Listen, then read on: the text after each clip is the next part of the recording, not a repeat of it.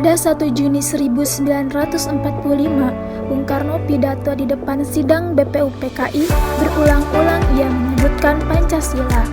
Pidato tersebut selanjutnya menjadi fundamental ide untuk pembahasan dasar negara dalam proses-proses pembentukan negara Indonesia Merdeka oleh BPUPKI dan PPKI. Bahwa Pancasila yang saya gali dan saya persembahkan kepada rakyat Indonesia, bahwa Pancasila itu adalah benar-benar satu dasar yang dinamis.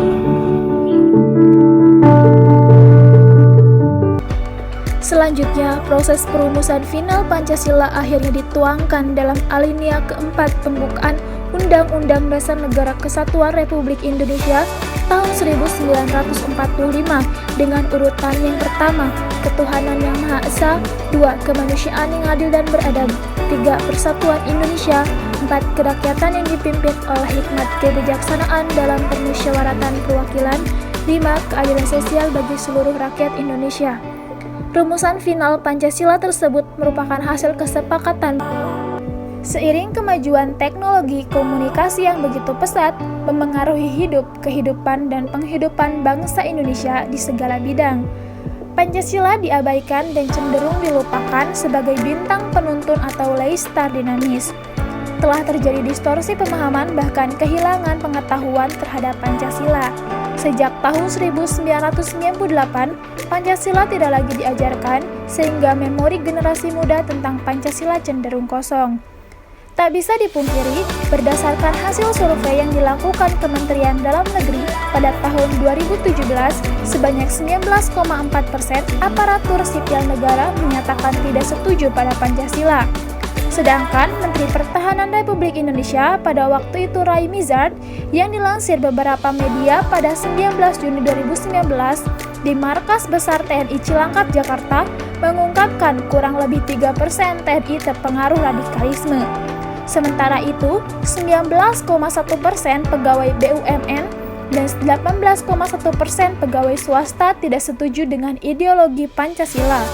Itu sebabnya Presiden Joko Widodo membentuk Unit Kerja Presiden Pembinaan Ideologi Pancasila atau UKPPIP berdasarkan Peraturan Presiden Republik Indonesia Nomor 54 Tahun 2017. Setahun kemudian, lembaga ini disempurnakan dan direvitalisasi organisasi, tugas dan fungsinya menjadi Badan Pembinaan Ideologi Pancasila atau BPIP. Sebagai salah satu badan yang dibentuk pemerintah dalam upaya mengurus utamakan Pancasila, sebagaimana tertuang dalam Amanat Peraturan Presiden Republik Indonesia Nomor 7 Tahun 2018. Secara aktual, penjabaran dan implementasi Pancasila dalam kehidupan berbangsa menerima tantangan yang bersumber dari situasi global maupun situasi nasional.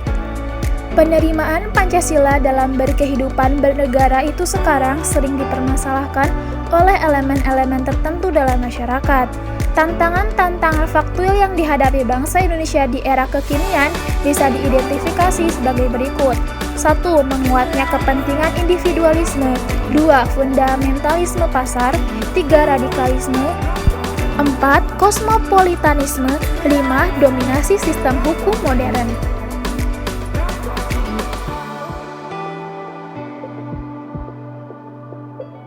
Dalam proses perumusan Pancasila sebagai dasar negara, terdapat nilai-nilai juang yang digunakan para pejuang bangsa kita.